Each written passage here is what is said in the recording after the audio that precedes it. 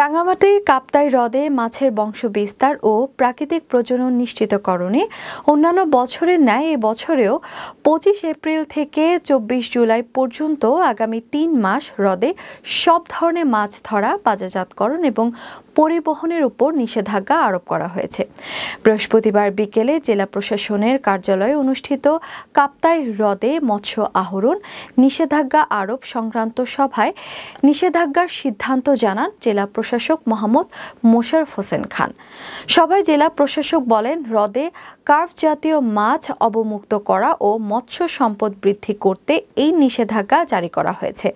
জেলা প্রশাসক আরও বলেন, নিষেধাজ্ঞা চলাকালীন অবৈধ উপায়ে মাছ ধরা, পরিবহন ও বাজারজাতকরণ বন্ধ করতে মোবাইল কোর্ট পরিচালনার পাশাপাশি হ্রদের বিভিন্ন স্থানে নৌ পুলিশ মোতায়েন করা হবে।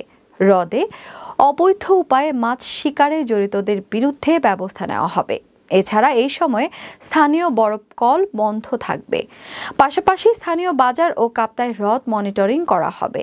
এই সময় বাংলাদেশ মৎস্য গবেষণা ইনস্টিটিউট রাঙামাটি নদী উপকেন্দ্রের প্রধান মোহাম্মদ ইশতিয়াক হায়দার, অতিরিক্ত জেলা ম্যাজিস্ট্রেট জোবাইদা আক্তার, মৎস্য ব্যবসায়ী নেতৃবৃন্দ সহ সংশ্লিষ্টরা উপস্থিত ছিলেন।